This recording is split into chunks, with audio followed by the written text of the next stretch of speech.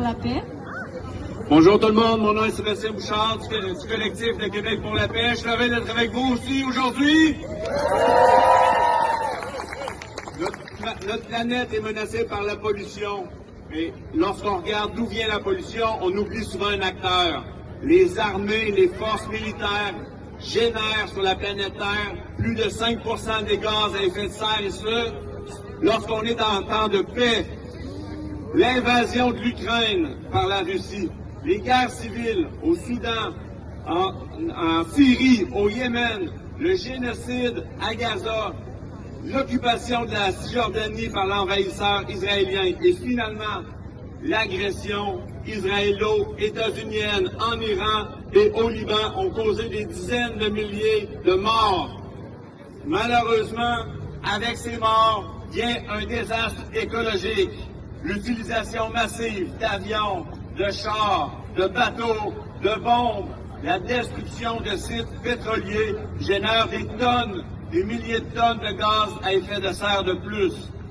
À Gaza, c'est 92% des immeubles qui ont été touchés par la guerre et qui devront être reconstruits.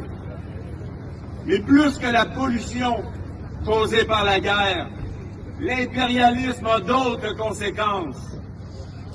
Elle détourne l'humanité de sa priorité, préserver la biodiversité, limiter l'utilisation des ressources non renouvelables, limiter les changements climatiques. C'est tout ça notre...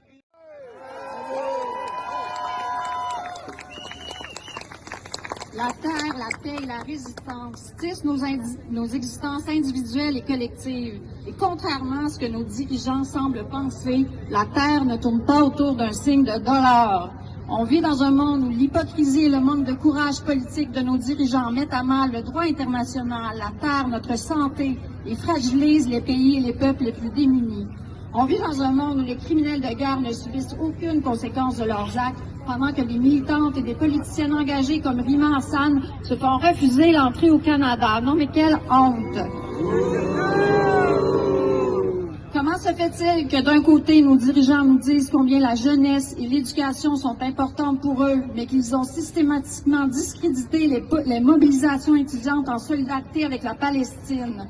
Il nous faut aller vers un humanisme local, national et international, vers des politiques où l'éthique et la morale primeront sur l'argent.